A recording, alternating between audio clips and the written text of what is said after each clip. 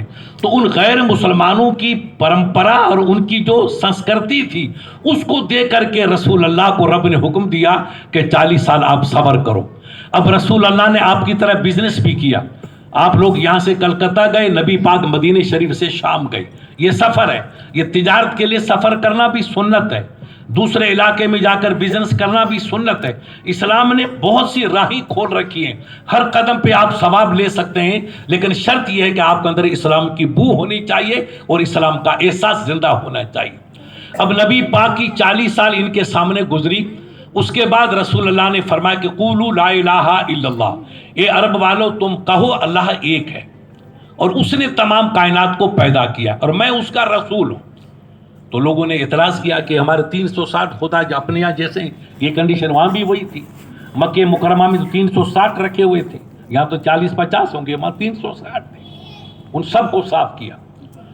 اب مجھے بتا دو میرے میں کوئی کمی ہو تو نبی پاک نے چیلنج دیا کہ 40 سال میں نے تمہارے بیچ میں گزارا، اگر میرے میں کمی ہے تو مجھے بتا دو، اور 40 سال میں کبھی میں نے جھوٹ بولا تو کوئی گواہ لے کے آؤ، کمی ہو تو بتاؤ، کمی ہو تو مجھے بتاؤ۔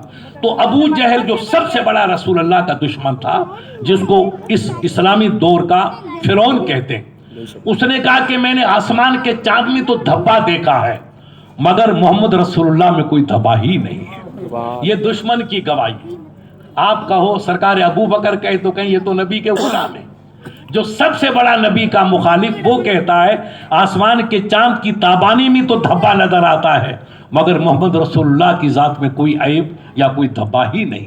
یہ غیر مسلمانوں کے سرغنہ کا بیان تھا، کوئی کمی نہیں دیکھی۔ کہا جب کمی نہیں ہے تو میں تم سے کہوں کہ اس پہاڑ کے اوپر میں چلا گیا اور میں نے دیکھا کہ ڈاکوں کا قافلہ مکے پہ حملہ کرے گا، اور آپ اپنی جان کو اور مال کو عزت کو بچاؤ، تو کیا آپ لوگ مانو گے؟ تو خدا کی قسم حدیث کے الفاظ ہیں، سب غیر مسلمانوں نے کہا کہ بالکل ہم آپ کی بات مانیں گے کہ ہم نے 40 سال میں آپ کی زبان پاک سے کبھی غلط حرف کبھی سنا ہی نہیں، جھوٹ یا غلط جس کو کبھی سنا ہی نہیں۔ تو دنیا کے معاملے میں جب آپ جھوٹ نہیں بولیں گے تو دین کے معاملے میں آپ کیسے جھوٹ بولیں گے؟ ہم آپ کو سچ صادق مانیں گے اور سچا مانیں گے۔ تب نبی پاک نے کہا جب تم اتنا میرے پر اعتماد کرتے ہو تو میں تم سے کہتا ہوں یہ پتھروں کے بنے ہوئے صنم یہ تمہارے خدا نہیں، تم 3 پتھر اٹھا کے لاتے ہو جبل ابو قبیس سے، ایک پتھر کو تم اپنا معبود بنا لیتے ہو اور ایک کو بیت الخلا میں رکھتے ہو اور ایک کو اپنی چوکھٹ پہ رکھتے ہو جس پہ پاؤں رکھ کے گھر میں داخل ہوتے ہو۔ تو وہ پتھر انکار نہیں کرتا میرے پر پاؤں کیوں رکھا یا میرے پر آپ نے استنجا کیوں کی۔ جو دونوں پتھر نہیں بولیں تو تیسرا پتھر تمہاری مدد کیا کرے گا؟ یہ پتھر خدا نہیں ہے، جس نے پتھر کو پتھر بنایا ہے وہ خدا ہے، وہ رب ایک ہے جس نے پوری کائنات کو بنایا۔ تو آپ تعجب کریں گے کہ جو رسول اللہ کے سب سے بڑے دشمن تھے انہوں نے اسلام قبول کیا۔ اور خدا کی قسم نوٹ کر لو کہ رسول اللہ نے کبھی تلوار نہیں اٹھائی، تلوار تھی ہاتھ میں تھی۔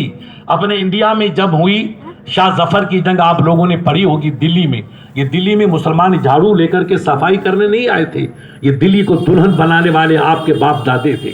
اب جب ہم نے اسلام کو چھوڑا، دین کو چھوڑا، دوسروں کے چکر میں چلے گئے تو ہم غلام بن گئے۔